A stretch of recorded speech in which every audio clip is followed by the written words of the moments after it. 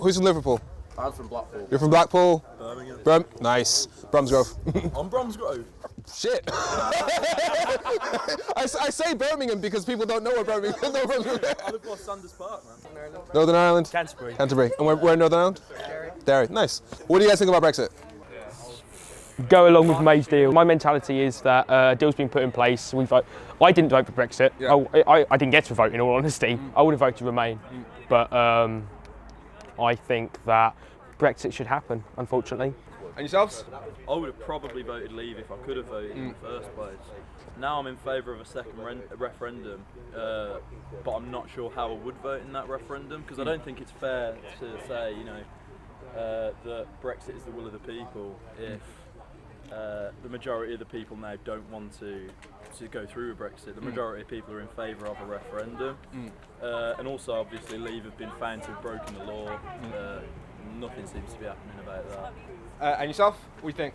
Politicians basically used it as a ticket to further their own ends, basically, such as Boris Johnson.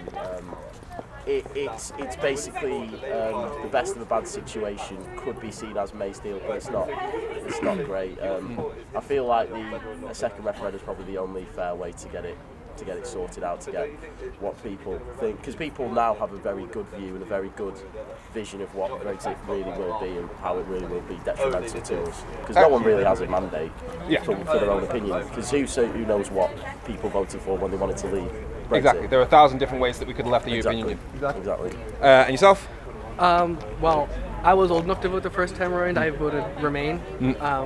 And I mainly voted Remain because of the Northern Ireland border. I think it's something that wasn't even considered during the initial referendum, and now it's the main sticking point in the negotiations.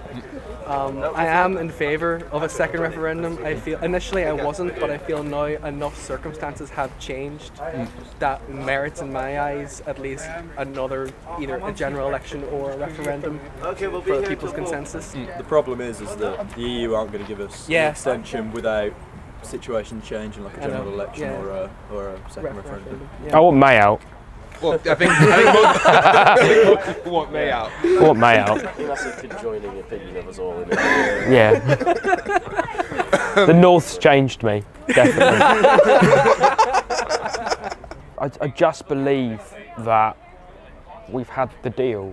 Give it time. Give it 10 years after we go, well, this isn't working. Everything's gone to crap. We need to go back in. My problem with it is you're saying, the people voted for it, but the people voted for the Tory government in 2015, and they still got another vote 2 years later on a new government. Just because you voted for something doesn't make that binding for the rest of existence. That's true, but I do not think that we should go along with what people originally voted for. If I'm playing a football game, make 3 transfers afterwards, and I want to replay that game because I lost. Therefore, is that not then unfair? Brexit hasn't happened yet. We're in the very final stages of it, but Brexit hasn't actually happened yet. If we back out now, we also look so weak. I don't think our international reputation isn't that good. In great shape. Yeah, fair enough. That's true. I can't argue with that. I understand that we do probably need a second referendum now, but it's a very interesting idea that at what point do we stop voting for things? At what point does Parliament represent us as people? At what point do we just vote on everything? At what point does public opinion just become what rules society? At what point do we stop being a representative democracy? Exactly.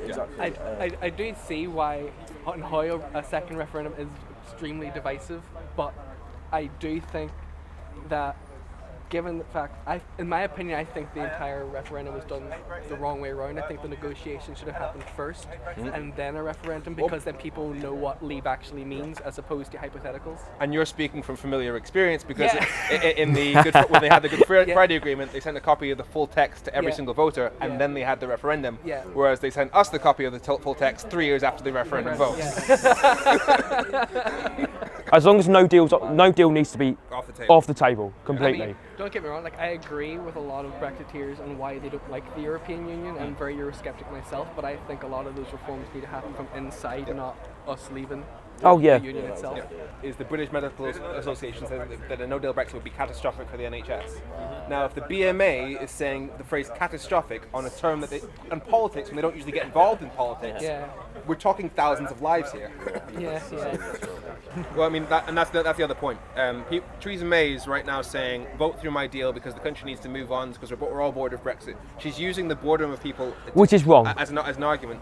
And it's not even just wrong. It's fucking stupid because if we actually leave the EU on either no deal or the deal, we haven't got a trade deal, so we spend the next 5 years negotiating an actual trade deal, which means that we'll still be having these same arguments for 5 years when we have issues like the NHS, housing crisis, homelessness, poverty, regional inequality, first past the post. All this shit needs to change, and we won't be addressing that because we'll still be dealing with Brexit.